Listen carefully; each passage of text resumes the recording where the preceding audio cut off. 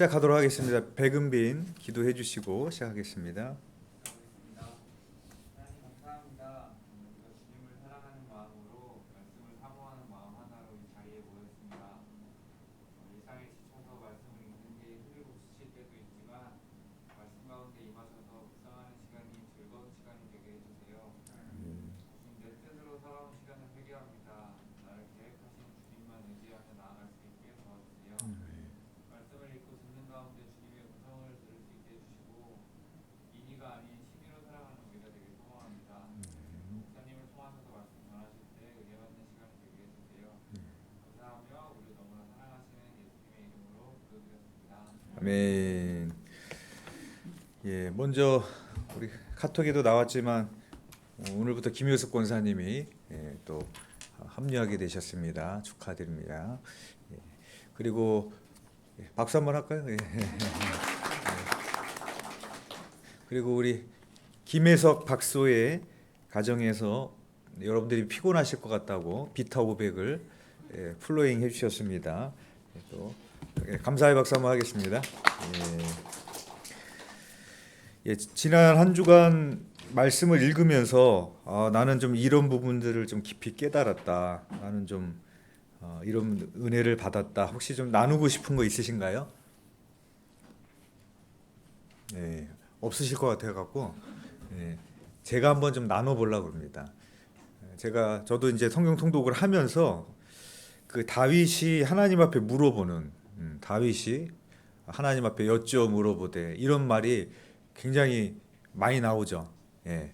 그래서 그 말이 나올 때마다 밑줄을 한번 그어봤어요. 예. 그리고 그 상황이 어떤지를 한번 봤는데 오늘 한번 좀 같이 좀 보시면 좋을 것 같은데 먼저 21차에 사무엘상 23장 보시면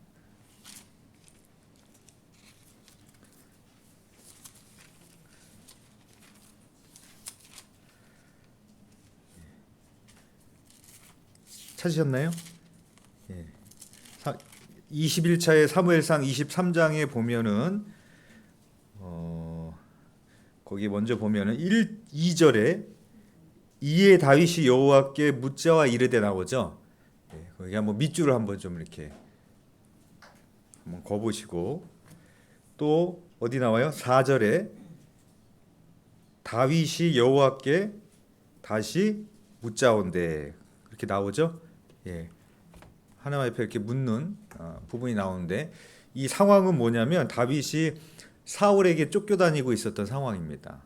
그런데 블레셋이 그일라의 타작마당을 탈취했다라는 이야기를 다윗이 듣고 다윗이 하나님 앞에 묻습니다. 내가 그일라 사람들을 구원해야 됩니까? 말아야 됩니까? 근데 이게 뭐가 문제냐면은 내가 사울한테 쫓기고 있는 상황인데 그일라를 내가 쳐서 이기면 사울에게 내가 드러나는 거예요. 예, 그쵸? 표적이 되는 거예요.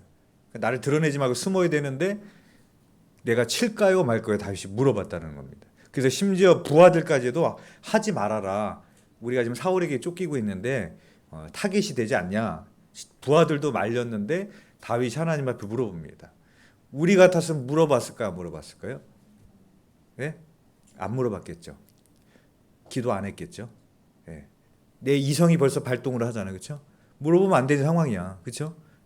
내가 죽을 수 있는데 뭘 내가 그 상황에서 내가 지금 내 코가 석자인데 누굴 도와. 그렇죠? 근데 다윗이 하나님 앞에 그거를 물었다라는 겁니다. 그래서 하나님이 가서 쳐라 구해라 그렇게 말씀하셔서 다윗이 그일라를 구원해내는 이야기가 나옵니다. 그러니까 사무엘상 2장에서는 물어야 될 상황도 아닌데 기도해야 될 상황도 아닌데 하나님 앞에 묻는 다윗의 모습이 나오고요. 그 다음에 사무엘상 30장 이것도 21차에 같이 있습니다. 몇 장 넘어가면 사무엘상 30장 8절에 보면 다윗이 여호와께 묻자와 이르되 거기도 밑줄을 한번 쳐보시고요. 이 상황은 뭐냐면은 다윗이 블레셋 땅인 시글락 성읍에 머물고 있을 때 그 블레셋 왕의 이제 전쟁에 다윗이 같이 나간 사이에 그때 이 시글락 성읍이 아말렉이 쳐들어와 가지고 자기 부인하고 모든 재산들을 다 빼앗아 갔습니다. 그래가지고 자기하고 같이 따르던 사람들조차도 너무 낙심이 돼가지고 다윗을 돌로 쳐 죽이려고 하는 상황이었어요. 내가 너 믿고 여기까지 따라왔는데 내가 아내도 잃고 재산도 다 잃었다. 그래서 다윗을 쳐 죽이려고 하는 정말로 그런 암울한 상황인데 그때 다윗은 무엇을 했는가? 그 8절 바로 앞에도 보면 에봇을 내게로 가져와라 그렇게 물어보니 이게 하나님 앞에 물어볼 때 하는 대제사장이 하는 우림과 둠빔을 가지고 할 때 하는 그 옷이거든요. 그 에봇을 가져와라. 기도하겠다는 거. 하나님한테 물어보겠다는 거. 그래서 하나님 앞에 다윗이 물어봅니다. 그래서 그 6절 후반부에 보면 그의 하나님 여호와를 힘입고 용기를 얻었더라. 그렇게 나옵니다. 용기를 얻을 수 없는 암울한 상황에도 다윗은 하나님 앞에 물어봅니다. 그래서 하나님이 가서 쳐라. 네가 그것을 다시 빼앗을 수 있다. 다시 회복할 수 있다라고 말씀하셔서 다윗이 그것을 다시 회복하는 이야기가 나옵니다. 그러니까 너무나도 위기의 상황에서도 다윗은 하나님 앞에 물어봤대. 여호와께 묻자와 이르되 그렇게 나오고 있고요. 21일 차에 보면 사무엘하 2장에 보시면 사무엘하 2장 1절에 보면은 그 후에 다윗이 여호와께 여쭈어 아뢰되 거기 또 한번 밑줄 한번 그어보시고요. 다윗이 여호와께 여쭈어 아뢰되 올라가리까 물어봅니다. 또 어디로 가리까 그렇게 물어봅니다. 이게 지금 어떤 상황인가 하면은 사울이 죽었어요. 지금 죽은 상황입니다. 그리고 다윗이 시글락 성읍에 있는 상황에서 내가 유대로 다시 갑니까? 이렇게 물어보는 겁니다. 근데 지금 상황이 뭐냐면 내 원수가 제거됐어요. 그죠? 그러면은 뭐 물어볼 필요도 없지. 그렇죠? 눈에 뭐 이제 거슬리는 게 없는데 가야 되지 않겠어요? 그렇죠? 그리고 지금 사울 왕이 죽었다는 얘기 뭐냐면 왕의 부재예요. 왕의 부재. 그러니까 권력 찬탈이 벌어지는 그런 시점에 누구라도 가서 깃발을 꽂으면 왕이 될 수 있는 그런 아주 중요한 시점입니다. 중요한 건 사울 같았으면 물어봤을까요? 안 물어봤을까요? 물어볼 필요가 없지. 가서 왕권을 잡아야지. 근데 다윗은 물어봐요. 이게 다윗입니다. 그래서 하나님이 그래서 가라 그렇게 말씀합니다. 근데 또 그냥 그것만 물어보는 게 아니라 어디로 가리까 그렇게 물어봅니다. 하나님이 뭐라고 대답하시냐면은 헤브론으로 가라 그렇게 말합니다. 이때가 다윗이 전체 이스라엘을 통일하는 그런 왕이 아직 되지 않은 상황인데 이 헤브론은 지난번에 우리가 지도를 본 것처럼 남쪽 산지에 있습니다. 그러면 저 북쪽 땅까지 내가 통일 왕국을 만들려면은 예루살렘으로 가든지 뭐 기본으로 간다든지 그쪽으로 하는 것이 유리합니다. 근데 하나님은 의외로 헤브론으로 가라 이렇게 말하는 거예요. 근데 다윗은 순종을 했다 안 했다? 순종을 합니다. 그래서 헤브론에서 먼저 왕이 되죠. 거기서 7년 6개월 동안 하나님 앞에 연단을 받는 그런 시간을 보내게 되는 것을 보게 되어집니다. 그리고 사무엘하 5장 몇 장 더 넘겨보시면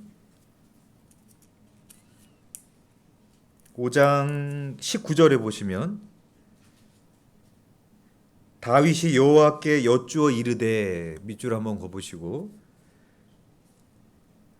23절에 다윗이 여호와께 여쭈니 이르시되 거기도 밑줄 한번 그어보시면 이때도 다윗이 왕이 되고 블레셋의 공격을 받을 때 하나님에게 물어봅니다. 올라가리까 말이까. 그리고 하나님 앞에 물어봤을 때 하나님께서 심지어는 어떻게 싸우라는 전략까지 말씀해 주시는 지혜를 하나님께서 지혜를 주시는 것을 볼 수가 있는 거죠. 그리고 22일 차에 역대상 14장에 보면 이건 어떻게 보면 본문이 겹치는 부분이라고 할 수도 있긴 한데 아까 본 부분이랑 역대상 14장 22일차 14장에 보면 10절에도 다윗이 하나님께 물어 이르되 거기도 밑줄 한번 거보고 14절에도 다윗이 또 하나님께 묻자온대. 이거는 아까 봤던 그 본문하고 같은 내용이기 때문에 또 반복해서 나오고 있는 그런 내용입니다. 그래서 다윗은 항상 하나님 앞에 물어봤어요. 근데 묻지 않았던 때가 있습니다. 언제냐면은 원수인 블레셋 땅으로 도망갈 때는 묻지 않아요. 물어보는 그런 다윗이 안 나옵니다. 그때 다윗이 했던 것은 뭐냐면은 아기스 왕 앞에서 침을 흘리며 미친 채를 하는 그런 비참한 모습을 보이고 이스라엘하고 전쟁을 하러 간다고 하는데 거기 자기가 나가려고 그럽니다. 다윗이. 그런 일들이 다윗이 하나님 앞에 안 물어봤을 때 신의로 살았던 다윗도 인의로 살게 되는. 그래서 그 기간 동안에 그 사무엘상 27장 7절에 보면 다윗이 블레셋 사람들의 지방에 산 날수가 기록되는데 1년 4개월, 16개월을 살았다라고 기록을 합니다. 근데 다윗이 시편을 거의 다 썼는데 이 16개월 기간 동안에 쓰여진 시편이 없어요. 하나님 앞에 안 물어봤던 그 기간에. 교제가 없으니까. 그렇죠? 예. 굉장히 우리에게 중요한 의미가 있습니다. 그리고 이와 대조적으로 사울의 인생이 이와 대조적으로 비교가 됩니다. 21일 차에 사무엘상 27장 한번 볼까요? 21일 차에 사무엘상 27장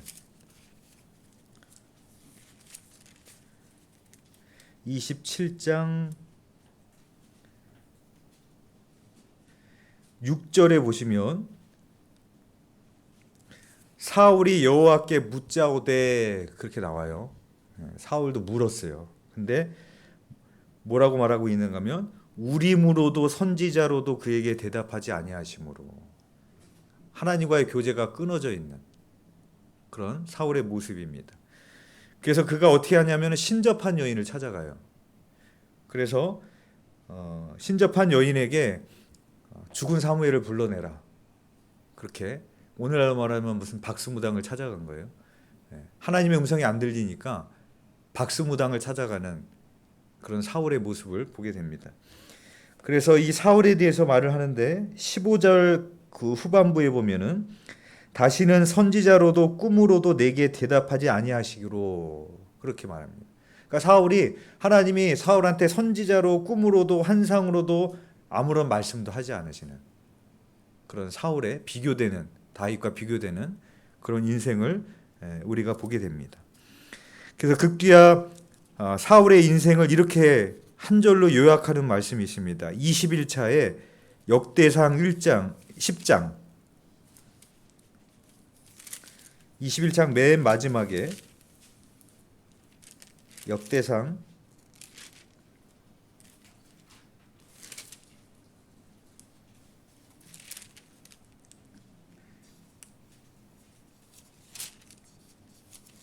21장 역대상 1장이 몇 일차지? 예? 역대상 10장이 몇 일차 있죠?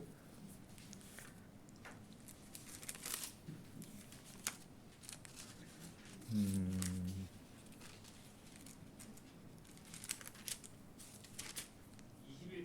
21일차? 21차. 그렇죠. 21자에 역대상 10장을 한번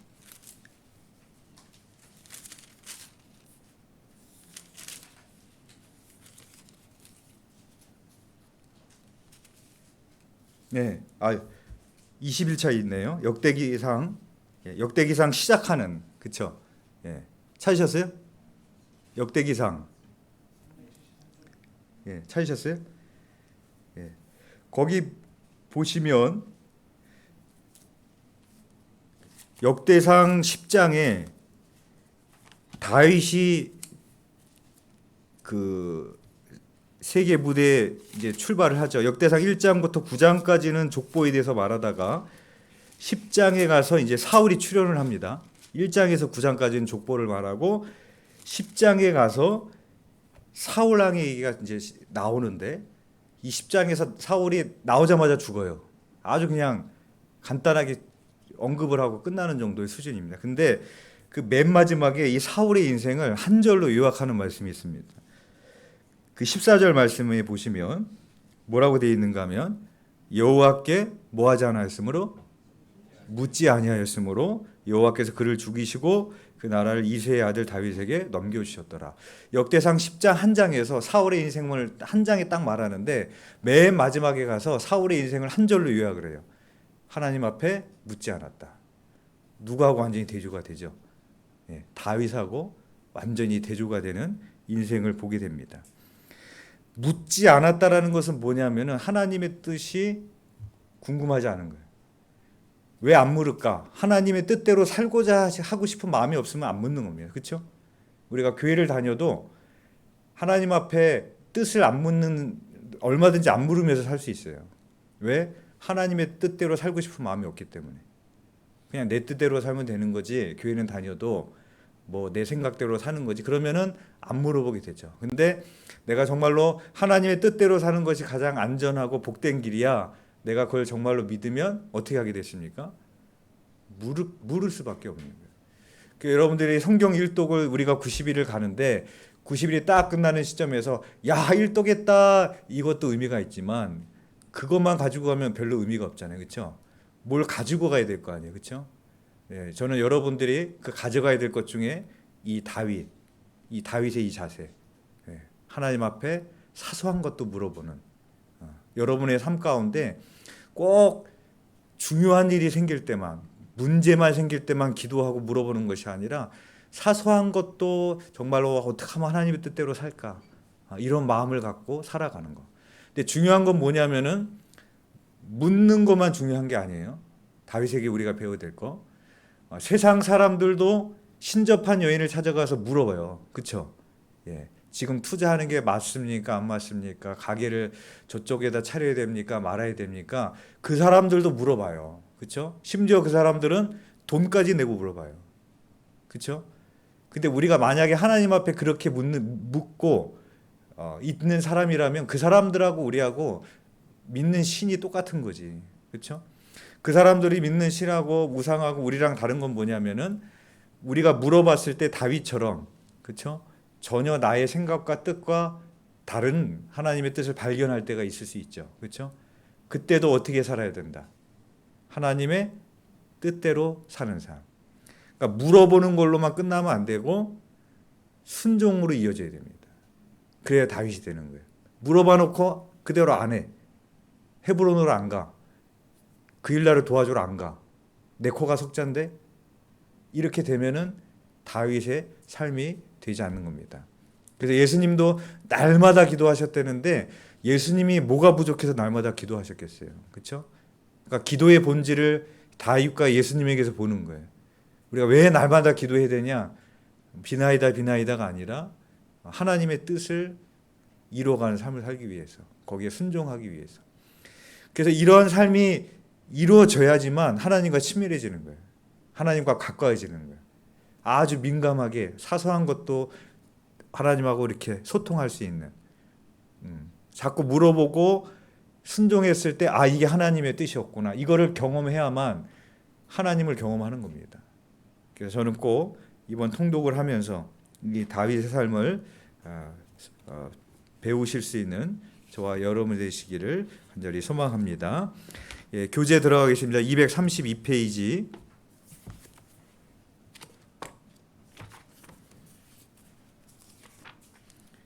예, 25일차부터 이번 주에 이제 30일차 보게 됩니다. 예, 그래서 이제 사무엘하 21장 기브온 사람의 소원을 들어준다라고 되어져 있는데 무슨 내용이 나오는가 하면은 이제 이스라엘에 3년 기근 가뭄이 옵니다. 그래가지고 이 기근과 가뭄의 원인이 무엇인지를 물었더니 하나님께서 말씀하시는데 이제 사울이 기브온 사람들을 죽였다라는 겁니다. 억울하게 죽였다라는 거예요. 그래서 이게 왜 그렇다고 기근이 기근과 가뭄을 주는가? 이걸 우리가 봐야 되는데 기브온 사람들 또 어디서 많이 들었지 않았어요? 어디서 나왔어요? 기브온 사람들이? 여호수아에서 기브온 전투. 그렇죠? 이 가나안 정복을 할 때 기브온 사람들이 저 먼 나라에서 왔으면서도 거짓골을 하고 가서 우리가 먼 나라에서 온 게 아니라고 거짓말하고 우리랑 화친을 맺자고 언약을 맺었죠. 약속을 했죠. 근데 여호수아가 거짓말인 걸 알면서도 그 사람들을 도와줍니다. 왜? 약속을 했기 때문에. 그 약속을 중요하게 여기는, 성경이 얼마나 언약과 약속을 중요하게 여기는 그런 모습이었어요. 근데 시간이 흘렀는데, 그쵸? 지금 정복 시대가 아니라 이 왕국 시대가 됐는데도 기본 사람들과의 언약을 하나님이 기억하시는 거예요. 무슨 말인지 이해가 되세요? 그래서 이 기본 사람들한테 가가지고 어떻게 하면 되겠냐 하겠더니 너희들 중에 그를 쳤던 사람들 7명을 내놔라. 그래서 그들을 칩니다. 그때 이 가뭄이 멈추게 됩니다. 그러니까 뭘 말하냐면은 하나님이 약속과 언약을, 성경이 약속과 언약을 얼마나 중요하게 여기는지를 우리가 봐야 되는 거고, 그러니까 더 나아가서 우리의 믿음은 이게 약속이잖아요. 그죠? 구약, 옛 언약, 그죠? 신약, 새 언약. 이 하나님의 말씀을 하나님 어떻게 지키시겠어요? 1000년이 지나도, 그죠? 내가 죽어도 반드시 지키겠다. 이런 말씀에 대한 확신을 가져야 되는 것이고, 기도에 대해서는 기도를 통한 아브라함의 약속을 또 하나님이 지키시잖아요. 그렇죠? 예. 그러니까 우리의 기도에 하나님이 얼마나 신실하게 응답하실까? 반드시 응답하시는 거죠.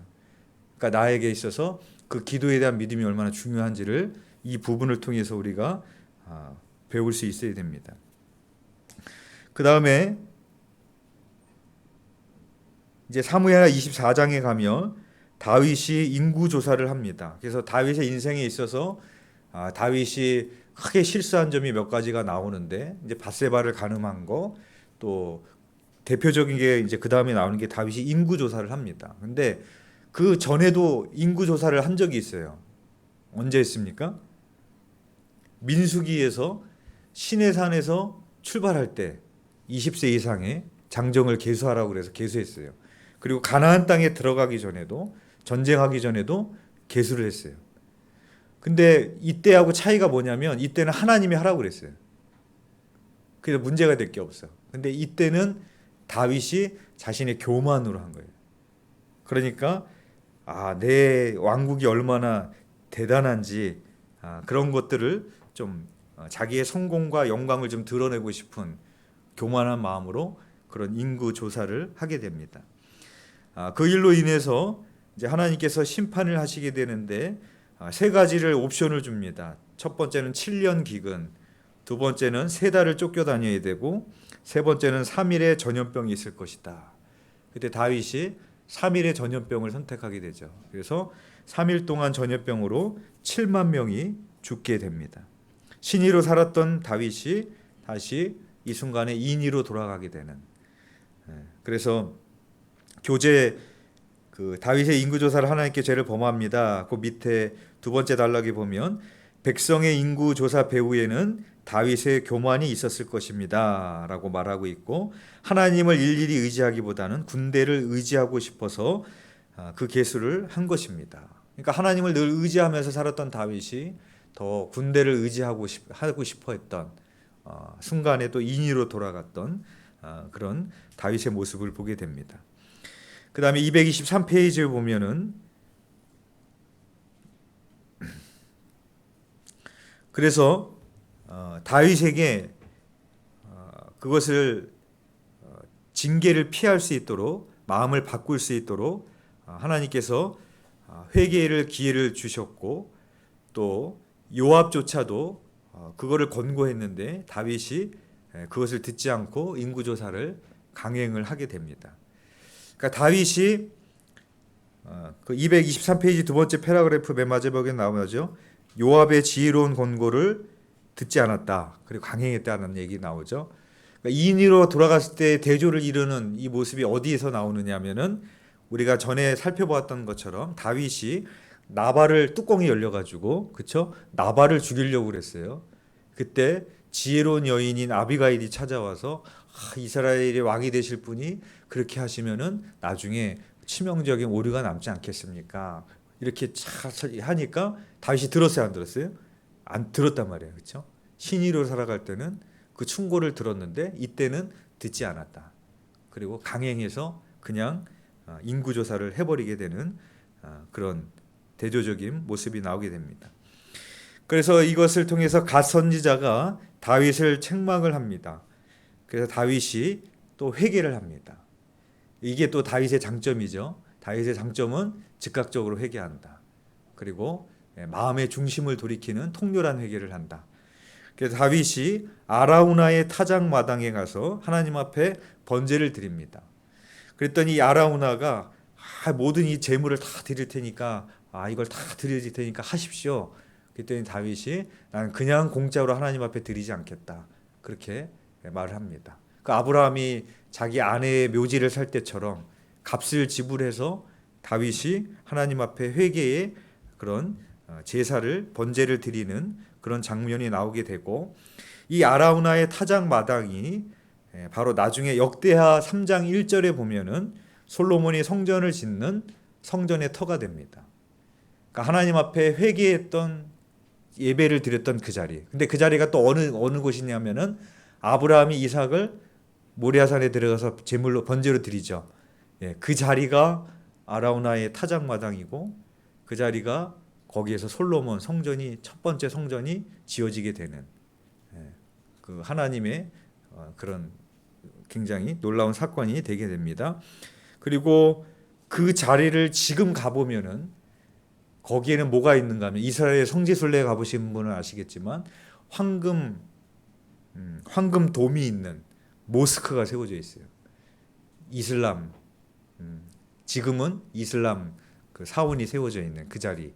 그래서 지금도 이스라엘은 어떻게든 그 자리를, 성전이 서 있었던 자리이기 때문에 어떻게든 그 자리를 뺏으려고 하는 그런 꿈을 버리지 않고 있고, 그곳에 또 성전을 짓고자 하는 유대인들의 그런 소망을 가지고 있습니다.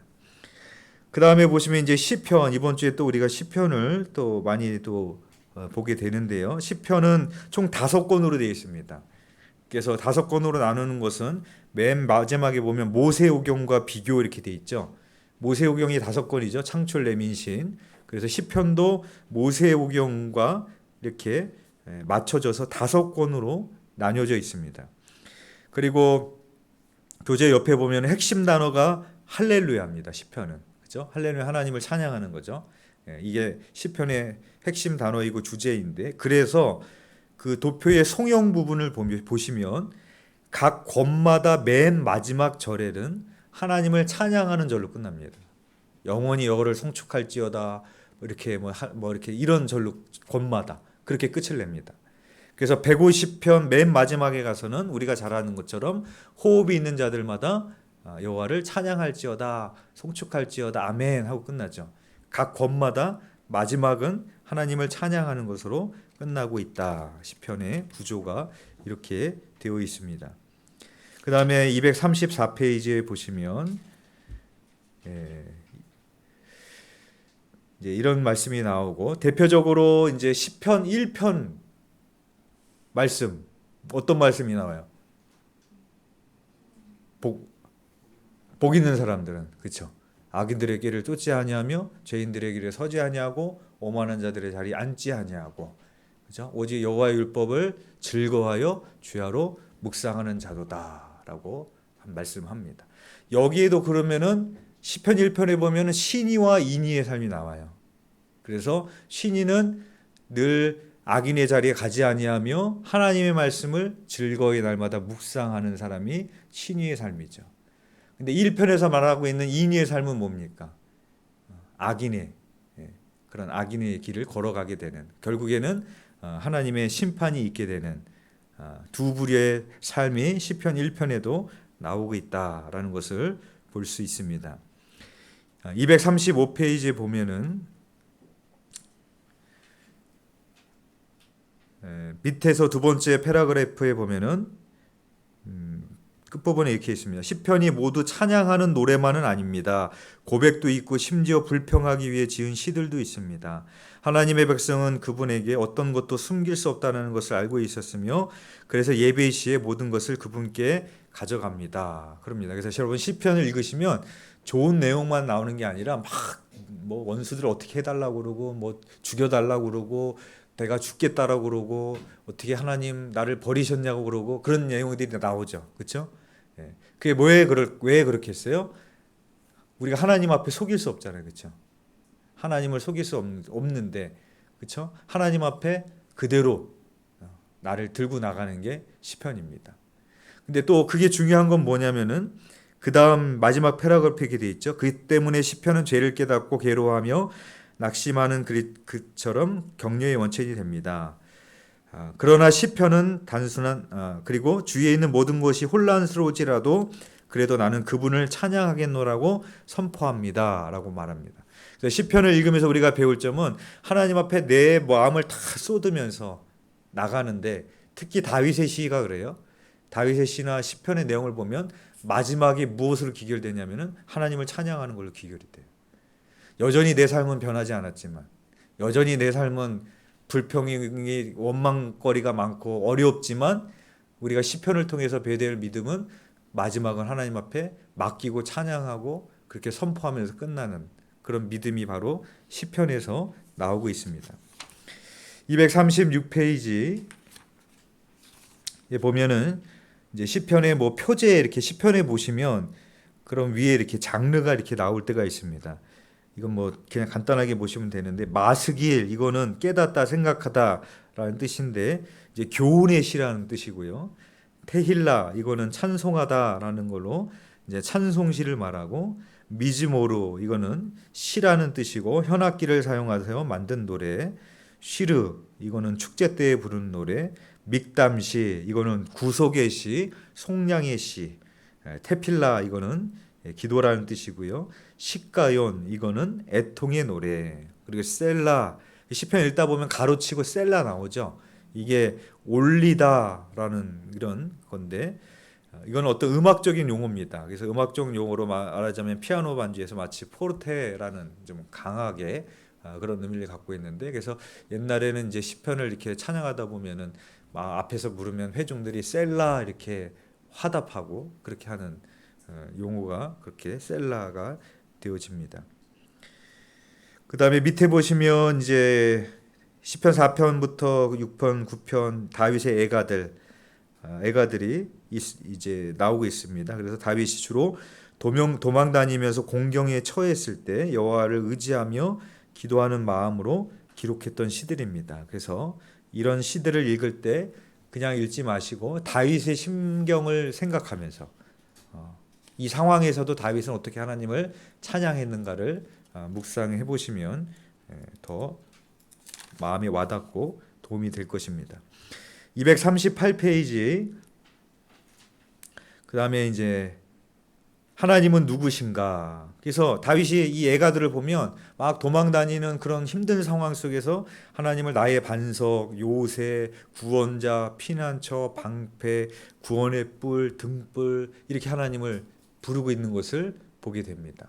그만큼 하나님을 얼마나 다윗이 바라고 의지했는지를 우리가 잘 볼 수 있게 되는 것이죠. 그리고 또 보시면 시편 4편에서 6편에 이렇게 되어 있는데 이 중에서 시편 4편 8절 한번 메모 좀 해보실래요? 시편 4편 8절 저녁에 기도하는 시편 내용입니다. 내가 평안히 눕고 자기도 하리니 나를 안전하게 살게 하시는 이는 오직 여호와시니이다. 밤에 드리는 시편입니다. 자기 전에 저녁에.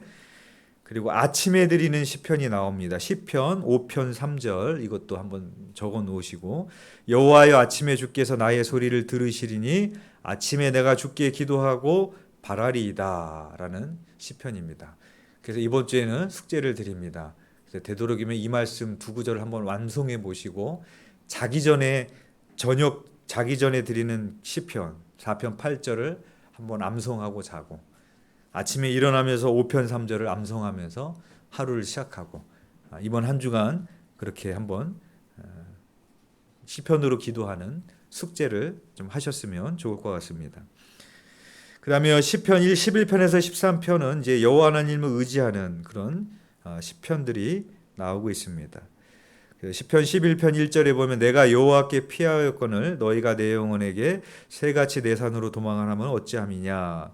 시편 13편 5절에는 나는 오직 주의 사랑을 의지하였사오니 나의 마음은 주의 구원을 기뻐하리다라고 찬양을 하고 있습니다. 그리고 239페이지에 보면은 시편 27편의 4절 말씀에 이런 다윗이 이런 고백을 합니다. 내가 여호와께 바라는 한 가지 일 그것을 구하리니 곧 내가 내 평생에 여호와의 집에 살면서 여호와의 아름다움을 바라보며 그의 성전에서 사모하는 그것이다.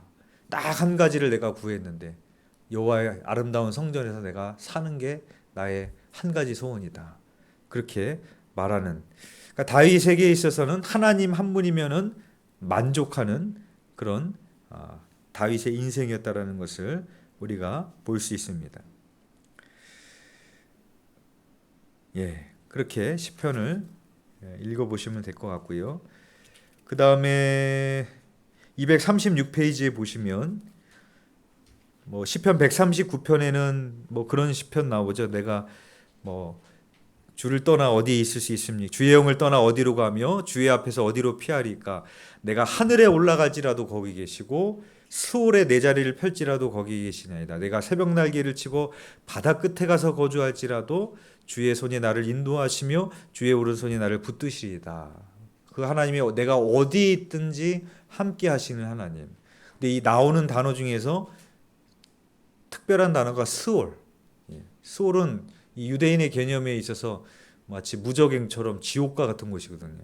근데 그 하나님은 그 스올에도 내가 가도 거기도 하나님이 나고 하나님이 함께 하신다라고 말할 정도로 하나님이 우리와 얼마나 함께 하신 하나님인지를 그렇게 찬양을 하고 있습니다. 그 다음에 밑에 보면 이제 신정론이라고 나오고 있습니다. 이건 뭐냐면은 이제 241페이지 교재에 보면은 신정론은 이게 영어로 신이라는 뜻과 정의, 하나님의 정의라는 그런 의미가 되는데 이건 뭐냐면 이제 세상을 봤을 때 악이 득세하는 그런 세상을 보게 됩니다.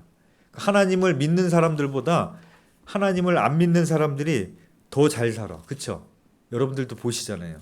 그런 거를 들 때마다 우리가 어떤 마음이 들어요? 어떻게 저렇게 하나님 안 믿고 나쁜 짓도 많이 하는데 어떻게 저렇게 잘 살까? 그런 생각이 들게 되죠. 그래서 시편 73편에 보면은 아삽의 시가 나옵니다.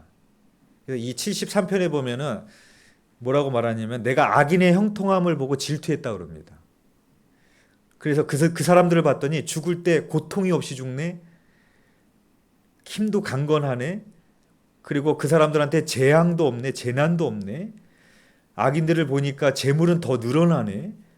그런 악인들의 형통을 보면서 이 아삽이 내가 참 미끄러질 뻔하고 넘어질 뻔했다. 마음이 참 질투가 생기는 거야. 우리도 그런 마음 들잖아요. 그렇죠? 하나님 잘 믿는 사람들이 세상에서 잘 되면 좋을 텐데 보면은 안 그런 것 같아. 근데 아삽이 뭐라고 말하는가 하면은 17절에 보면 내가 성소에 들어갈 때 그들의 종말을 깨달았나이다 그럽니다. 악인의 형통을 부러워했다가 정신이 번쩍 들었어요. 그들의 종말을 보는 거예요. 그러니까 세상에서는 막 잘 되는 것 같아. 돈도 잘 버는 것 같고 막 100살까지 사고 죽을 때도 그냥 편안하게 죽고 그러는 것 같지만 그들의 종말을 보는 거예요. 그래서 이 아삽이 뭐라고 고백하는가 하면 하나님께 가까이 하는 것이 내게 복이니이다. 악인의 형통이 복이 아니라 하나님을 가까이 하는 것이 내게 복입니다. 라고 말하고 있습니다. 그래서 왼쪽 박스의 신정론 맨 밑에 줄에 보면은 이렇게 돼 있어요. 인과율로 볼 때 그리스도의 고난은 하나님의 전능하신 속성에 비추어 보면 설명이 되지 않습니다. 그러나 종말론적으로 설명해야 이해가 된다고 마르틴 루터는 주장합니다. 그럽니다. 그러니까 예수님도 그쵸? 인과율로 따지자면 죄가 없으신 분인데 그쵸? 그분이 왜 십자가에서 그런 고난을 당해야 돼요?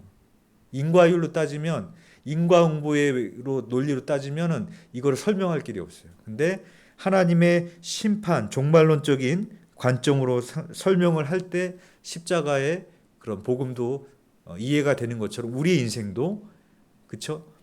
나의 어떤 인과응보의 논리로 푸는 것이 아니라 하나님의 종말론적. 악인은 결국에 심판이다. 멸망이다.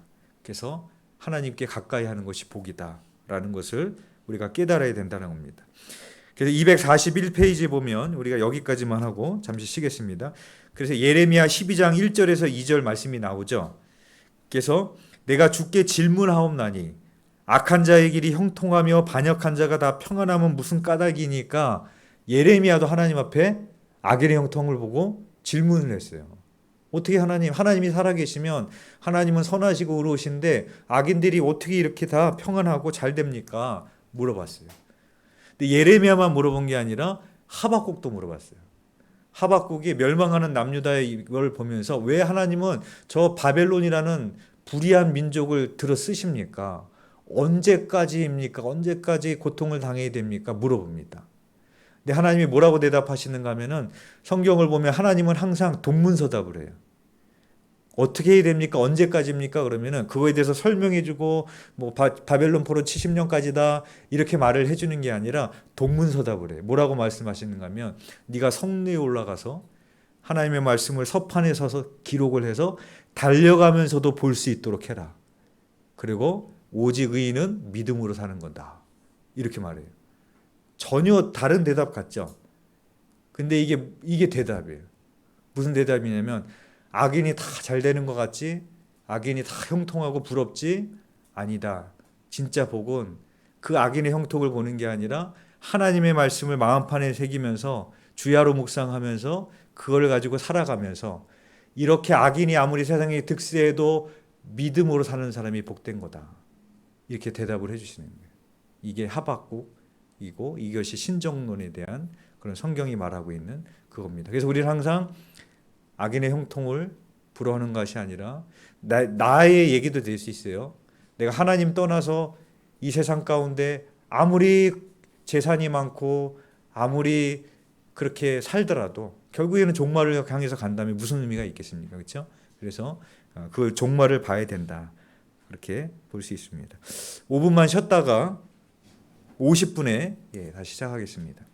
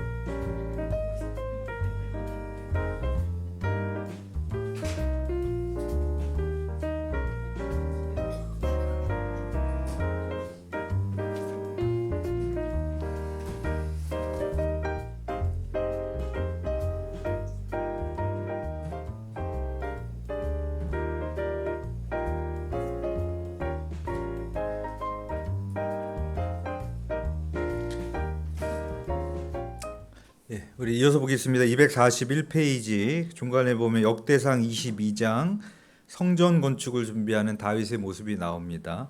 그래서 같은 연대기인 사무엘 하에는 이 이야기가 나오지 않아요. 그래서 지난번에 말씀을 드렸던 것처럼 그 다윗이 성전을 자기가 짓지 못하지만 성전을 건축할 수 있는 재료들을 자신이 잘 모읍니다. 대표적으로 두로왕 그 두로에 있는 백향목이 유명하거든요. 그래서 이 솔로몬의 성전을 짓기 위해서 백향목을 다 가져다가 그거를 준비하고 그렇게 다윗이 준비하는 것을 볼 수 있습니다. 그리고 역대상 23장에서 26장을 보면은 이제 성전 건축만 준비하는 게 아니라 성전 조직을 강화를 합니다. 다윗은 왕이거든요. 그러면 왕이면 국가 조직을 정비해야 될 것 같잖아요, 그렇죠? 근데 다윗은 뭘 하는가 하면은 성전 조직을 정비를 합니다. 그러니까 다윗의 생각에는 뭐가 있는가 하면은 하나님의 나라, 하나님의 통치, 그것에 대한 생각이 항상 있었기 때문에 그러니까 다윗에게 있어서 항상 하나님과의 관계가 영순이고 제일 중요했던 겁니다. 그래서 그 밑에 패러그래프 맨 위에 보면 이 장들을 읽으면 다윗이 정비한 것은 국가 조직이기보다는 성전 조직임을 알 수 있습니다라고 되어져 있습니다. 그래서 무엇보다도 항상 성전, 하나님, 왕이면서도 그렇죠? 그것이 또 다윗의 모습이고 다윗의 예배자의 삶을 우리가 볼 수 있습니다. 그 다음에 넘어가셔서 244페이지 마지막 31차입니다. 이제 열왕기상인데요. 열왕기상에 보면은 두 부분으로 나뉩니다. 크게 솔로몬의 40년 통치 1장에서 11장까지. 그래서 왕국은 40년이랬죠. 사사기 360년, 통일왕국은 120년, 30년씩. 그리고 열왕기상 12장에서 22장까지는 두 왕국의 첫 80년. 그래서 11장까지는 통일왕국이고, 그렇죠? 12장부터는 남과 북이 나뉘어서 이야기가 진행이 되는 것을 보게 됩니다. 그래서 열왕기상은 그 줄거리 따라잡기 밑에 보시면 열왕기상의 시간은 BC 970년에 솔로몬이 즉위하면서 시작해서 통일왕국이 분열된 후 80여 년까지 모두 120년간의 이스라엘 역사를 포함합니다. 열왕기상의 시간의 기간은 120년이 되는 거죠. 그래서 분열되고 80년까지니까. 그리고 솔로몬이 몇 년 즉위했다? 40년. 그러니까 열왕기상의 성경의 기간은 120년이 되는 거죠. 그렇죠? 사사기가 아니죠. 통일왕국이 120년이고 그렇게 됩니다. 그래서 이 분열 왕국이 되는 이 스토리가 어떻게 되냐면은 솔로몬이 즉위를 한 왕이 된 이후에 2대 왕이 되고 4년 후에 성전 건축을 합니다. 건축을 하는데 7년이 걸려요. 성전 건축이 끝난 다음에 자기 궁을 짓는데 13년이 걸립니다. 그러니까 성전보다도 자기 궁을 짓는데 2배가 더 걸렸어요. 40년을 즉위했는데 20년을 건축을 했어요. 절반을 건축하는 데다가 썼던 사람이 솔로몬이었습니다. 그러면은 그 과정 가운데 백성들의 불만이 생길 수밖에 없죠. 얼마나 노역에 시달렸겠어요. 그렇죠? 네. 그런 노역에 시달리는 백성들의 불만을 캐치하고 있었던 사람이 있는데 여로보암이라는 사람이에요. 그래가지고 이제 솔로몬이 죽은 이후에 르호보암이라는 솔로몬 아들이 왕이 됩니다. 근데 이 르호보암이 왕이 됐는데 주변에서 이제 조언자들이 나타나요. 나이가 많은 사람들이 와서 조언을 할 때 백성들이 건축하면서 고역으로 시달렸으니 왕이시여 백성들을 잘 보듬어주고 섬기십시오. 뭐 이렇게 조언을 합니다. 근데 젊은이들이 와서 조언을 합니다. 당신의 아버지는 뭐 고역을 했지만 그 뭐죠? 나는 뭐로 했지만 나는 채찍으로 하겠다. 당신의 아버지는 채찍으로 백성을 다스렸다면 나는 전갈의 채찍으로 다스리겠다. 그래서 더 심한 노역을 이야기를 하고 그렇게 르호보암이 나이가 많은 사람들의 조언을 듣지 않고 젊은 사람들의 조언을 듣고 따라가요.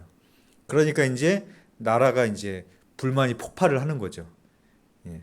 그래가지고 그때 그 나라의 정세를 이제 이거를 읽어서 여로보암이 들어와가지고 백성들을 규합을 해가지고 쉽게 말하면 이제 쿠데타가 일어난 거죠. 남과 북이 나뉘는 겁니다. 남쪽은 두 개의 지파, 유다 지파와 베냐민 지파가 솔로몬의 왕인 아들인 르호보암으로 남유다가 되는 거고, 나머지 10개 지파는 여로보암을 중심으로 북이스라엘로 이렇게 나뉘어지게 되는 겁니다. 그래서 열왕기상을 읽다 보면 이런 말이 나옵니다. 여로보암의 길로 행하였다. 다윗의 길로 행하였다. 이게 신의와 이인으로 나누는 말이 여로보암의 길로 행하였다. 다윗의 길로 행하였다. 여로보암과 다윗을 이렇게 나눕니다. 그럼 왜 여로보암의 길로 행하였다라고 말하는가 하면은 여로보암이 이제 북쪽 이스라엘의 왕이 됐잖아요. 근데 이제 이스라엘 백성들은 1년에 3번씩 성전에 가야 됩니다. 의무적으로. 왜냐하면 성전에 하나님이 계시니까 가서 하나님 앞에 뵈러 가야 돼요. 그래서 유월절, 초막절 또 이렇게 3번에 가야 되는데, 근데 분열이 됐으니까 예루살렘에 성전이 있는데 갈 수 있어 없어요? 못 가잖아요. 북쪽. 그쵸? 그러니까 백성들의 마음이 흔들릴 것 같으니까 이 북이스라엘 그 영토에다가 맨 위쪽에 단이라는 곳에, 그리고 북이스라엘의 맨 남쪽에 베델이라는 곳에 거기다가 제단을 만듭니다. 그리고 금송아지를 만들어요. 그래서 예루살렘에 갈 필요 없어. 여기서 그냥 제사 지려. 이렇게 얘기를 하는 겁니다. 그래서 성경에 보면 단에서 베델까지, 베델에서 단에까지 이런 얘기가 나오는데, 그런 맨 위와 맨 아래에 이렇게 만들어 놓고 금송아지를 이렇게 우상 숭배의 길을 걷게 만듭니다. 금송아지의 사건이 출애굽기에서도 있었죠. 시내산에서 그거를 하게 돼서 이 여로보암은 여로보암의 길로, 우상의 길로 빠뜨리는 사람, 그러니까 여로보암의 길로 행하였다. 그리고 다윗의 길로 행하였다. 이렇게 신이 인의로 왕을 그렇게 설명을 그렇게 하게 됩니다. 그리고 이제 솔로몬도 처음에는 그 얘기는 뒤에 가서 하고, 그 이제 245페이지에 보면은 이제 사무엘 열왕기와 역대기를 비교해 놓는 표가 있죠. 그래서 사무엘 열왕기는 연대기적이고 역대기는 통계적이고, 사무엘 열왕기는 예언자적, 역대기는 제사장적, 에스라가 썼기 때문에. 그리고 이제 열왕기는 북이스라엘 남왕국 왕의 이야기가 다 나옵니다. 근데 북이스라엘 왕을 중심으로 썼다. 주로 아합 왕의 이야기를 썼다. 그때 활동했던 선지자 엘리야 이야기가 나오게 됩니다. 그 대신에 역대기는 이제 남유다의 왕 이야기만 하고 초점은 다윗에게 맞춰져 있습니다. 그리고 사무엘 열왕기는 왕권을 강조하고, 역대기는 성전을 재건하기 위함이니까 성전에 강조점을 두고 있고, 역대기에는 다윗의 밧세바 간음 사건이 나오지가 않습니다.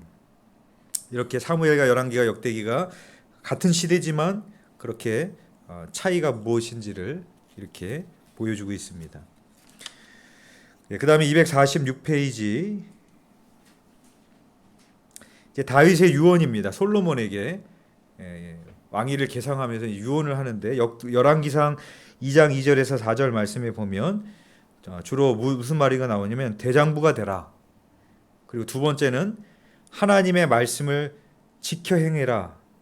그래서 3절에 보면 여호와 명령을 지켜 그 길로 행하여, 그 밑에 보면 요새 율법대로 기록된 대로 지키라.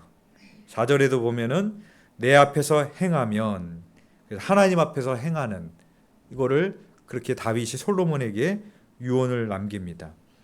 이 말씀을 가만히 보면은 모세가 그죠? 신명기에서 그 다음 후손들에게 부탁하는 내용하고 굉장히 많이 흡사한 하나님의 말씀을 지켜 행해야 될 것, 그것에 대해서 강조하는 것을 보게 됩니다. 247페이지에 보면 이제 열왕기상 3장 4장 지혜를 얻는 솔로몬, 이건 뭐냐면 이제 솔로몬의 그런 1,000번째 드리는 그런 제사가 나오죠. 근데 오늘날에도 우리가 헌금 1,000번째 이렇게 드리시는 분이 있잖아요. 그죠? 1회, 2회, 3회 이렇게 하는데 원래 1,000번째는 뭐냐면은 솔로몬이 그렇게 1,000번을 드렸다는 게 아니라 1,000마리의 양을 드려서 1,000번째입니다. 예, 그렇다고 오늘날 그렇게 헌금을 드리는 것이 뭐 틀렸다라고 말하는 것은 없지만 1,000번을 드린 게 아니라 1,000마리의 양을 한 번에 하나님 앞에 드립니다. 그러면서 이제 하나님이 이제 그 제사를 기쁘게 보시고 이제 솔로몬의 꿈에 나타나셔서 물어보심죠. 그래서 내가 너에게 뭘 줄까? 우리도 하나님이 나타나서 이렇게 막 물어보면 얼마나 좋을까, 그렇죠? 여러분 뭐라고 대답하시겠어요, 솔직히? 예? 예? 그렇죠. 우리는 돈 달라 그럴 거예요.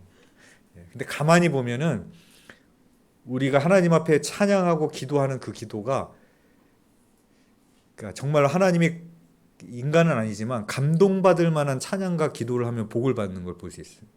다윗이 하나님의 성전을 짓겠다고 그랬거든요. 근데 하나님이 안 된다고 그랬잖아요.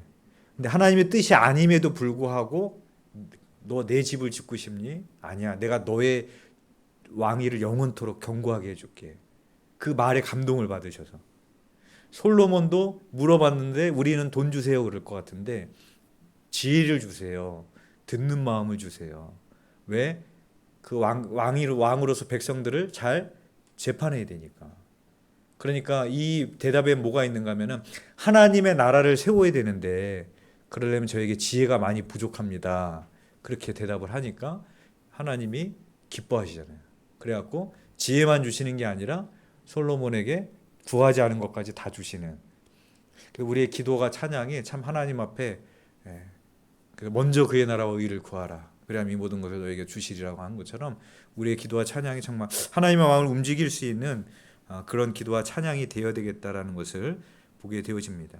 그래서 이 솔로몬의 시에 실제로 이제 지혜의 왕이 되죠. 그래서 재판하는 이야기도 나오고, 그렇죠? 누가 진짜 엄마인지를 가려내는 그런 유명한 솔로몬의 재판의 이야기도 나오게 되고, 그리고 솔로몬이 이제 하나님이 기뻐하시는 성전을 완공하게 됩니다. 근데 뭐냐면은 이제 솔로몬도 처음에는 하나님이 원하시는 신의의 삶을 살았다가 이제는 나중에 가서 좀 인위로 가죠. 그래서 수많은 이방 여인들을 아내로 맞이하게 됩니다. 그래서 솔로몬이 이 여인의 몇 명을 아내로 맞이하는가 하면 이 교재에 안 나오나? 1,000명의 여인을 아내로 맞이합니다. 남자들은 대부분 이 얘기할 때 부럽다 이렇게 생각하시는 분들도 있는데 그럴 정도로. 그래서 그 이방 여인 때문에 수많은 우상들이 들어오게 되는. 그래서 이 솔로몬의 마지막에 과중한 세금을 매기고 아주 건축으로 백성들을 힘들게 하고, 그렇게 해서 결국에는 나라가 나뉘어지고 인위로 걸어가게 되는. 그래서 솔로몬이 쓴 성경이 뭐예요? 전도서. 그렇죠?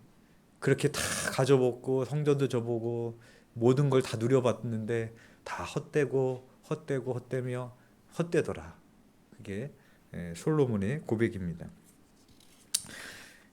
여기까지 이제 이번 한 주간 읽으시면 되고, 이제 저거 안 했네요. 아까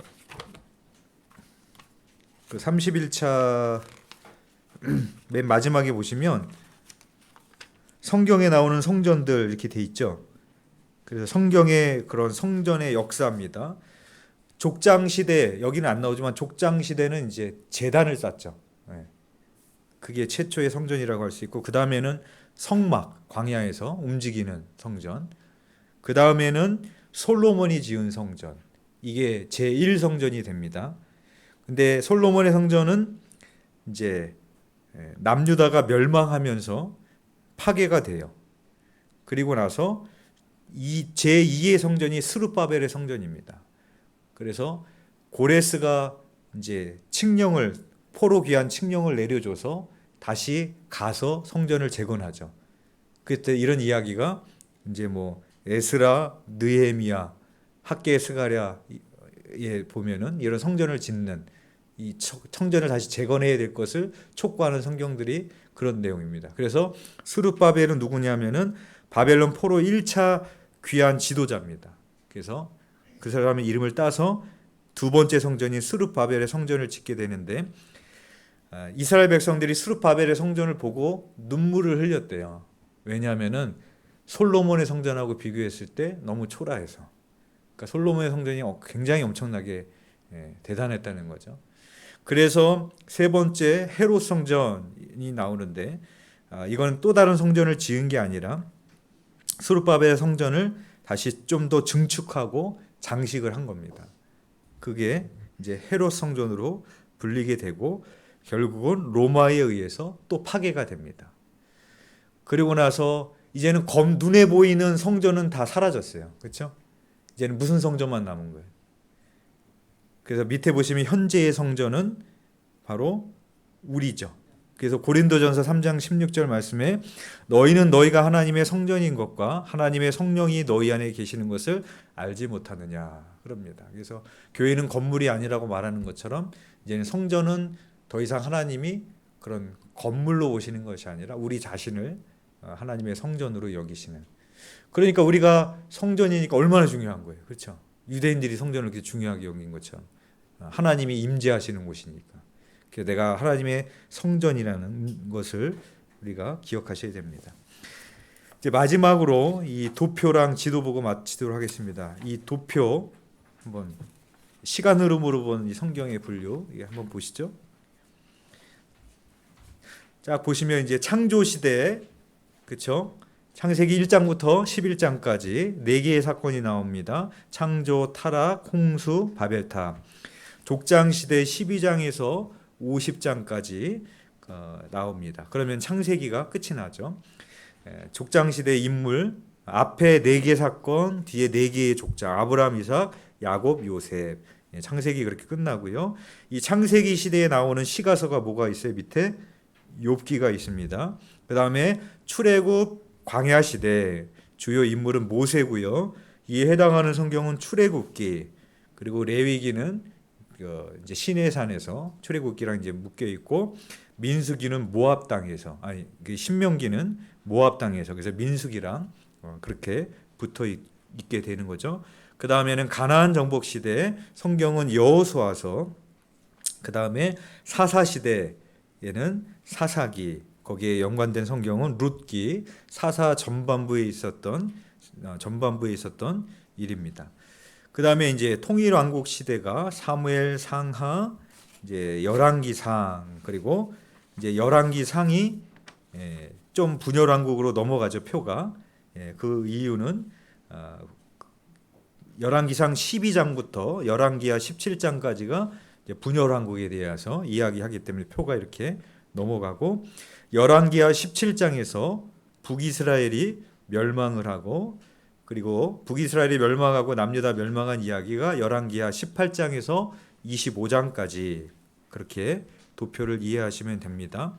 그리고 그 밑에는 이제 역대 상하 그래서 열왕기는 남유다 북이스라엘 왕을 다 말하지만 역대 상하는 남유다 왕들만 다윗에 맞춰서 진술을 합니다. 그래서 또 동일한 얘기가 나오게 되어지고 그래서 역대상은 다윗의 이야기 역대하 1장에서 9장까지는 솔로몬의 이야기 그리고 역대하 10장 이후는 그 이후에 유다의 왕들의 이야기가 나오고 그 밑에 연관된 시가서를 보면 전도서, 잠언, 아가서 누가 썼어요?